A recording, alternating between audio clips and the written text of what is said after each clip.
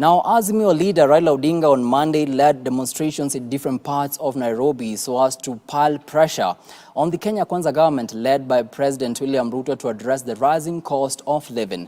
Odinga's convoy, which included Narc Kenya Party leader Martha Karua, Wiper leader Kalonzo Musyoka, among other leaders, made stops at Kawangware and Kibera as it attracted thousands of protesters, despite the government having declared the protest as illegal. As Melisa Oduor now reports, the High Court has declined to declare the protest illegal. In the case filed by former Nairobi Governor Mike Sonko, the High Court ruled that there was principle of separation powers and the court cannot force the police to ensure peaceful processions and assembly.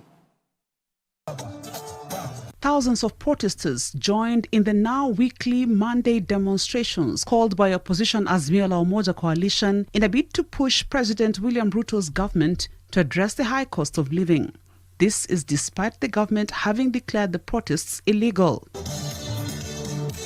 Azimio leader Raila Odinga's convoy, which included Narc Kenya Party leader Martha Karua, Wiper leader Kalonzo Musyoka, and Raila's daughter Winnie Odinga, among other leaders, snaked its way from Kawangware onto Naivasha Road, making various stops as the protesters headed to Kibera.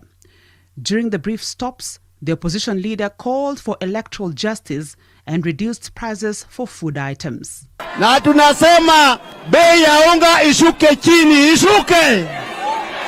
Isiposhuka wale washuke chini, si washuke. Kibera! Tunasema baba, hapa ni barracks yako. Dawa ya hii maandamano Bwana Ruto asikie. Polisi hawataweza. Risasi hazitaweza. Dawa ya maandamano ni unga ifanye nini? Unga ifanye nini? The demonstrations in Nairobi were, however, not peaceful to a large extent. Earlier attempts by the protesters saw the heavy presence of security repel them. In the process, a police car was torched in Nairobi's Kawangware area. Journalists were not spared either, as they were attacked and robbed of their equipment.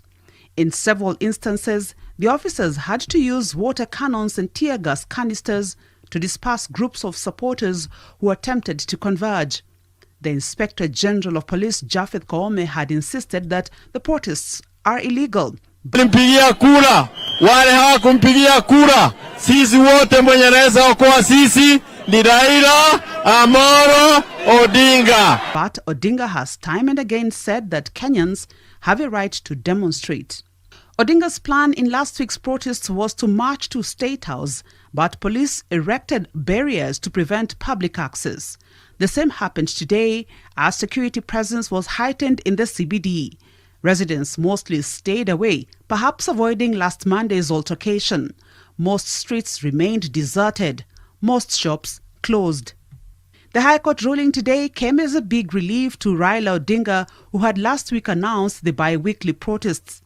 Justice Hedwig Ong'undi in the ruling declined to declare the protests illegal in the case filed by former Nairobi Governor Mike Sonko. The judge in the ruling said that there was a principle of separation of powers and the court cannot force police to ensure peaceful processions and assembly. Kisumu and Migori counties were also rocked by the anti-government protests. One person was shot dead in Kisumu, while two others sustained gunshot injuries in Migori as the protests rocked the two regions considered opposition strongholds. Twende. Raila Odinga is expected to lead the demonstrations again this week on Thursday. For Hope TV News Watch, I'm Melisa Oduor.